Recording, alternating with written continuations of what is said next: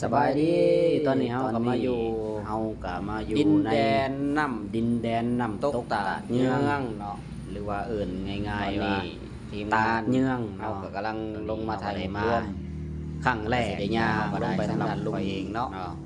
นี่ถ่ายลุงนางเอกถ่ายรูปร่วมกันก่อนตอนนี้เนาะไปถ่ายรูปร่วมไปสาในบรรยากาศได้คือคืนดีได้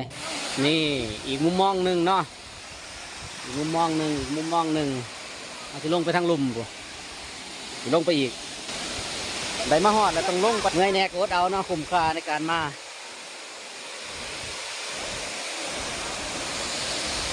ลงมาลุ่มเลยให้มันสุดเลย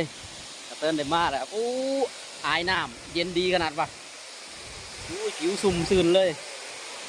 ค่ายน้ำหมอกลงหรือว่าฝนอายฝนเลยวะนี่ตัวเด็ดเนาะทางด้านหลัง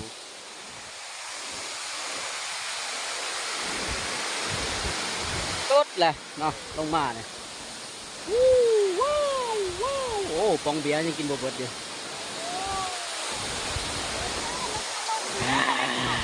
สดซื่น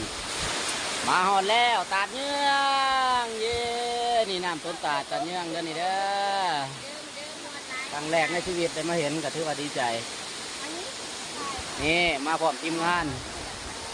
ย่างกันคาลังคาล่าเลยนี่นางเอกเขาเพิ่นก็ไปเจอถ่ายหัวหมุนติ้วหมุนอย่างแล้วเพิ่นก็ได้เนาะดีใจหลายยิ้มเป้ยอ้าวซุ่มเย็นดีเด้อมาหอดแล้วตาเนือง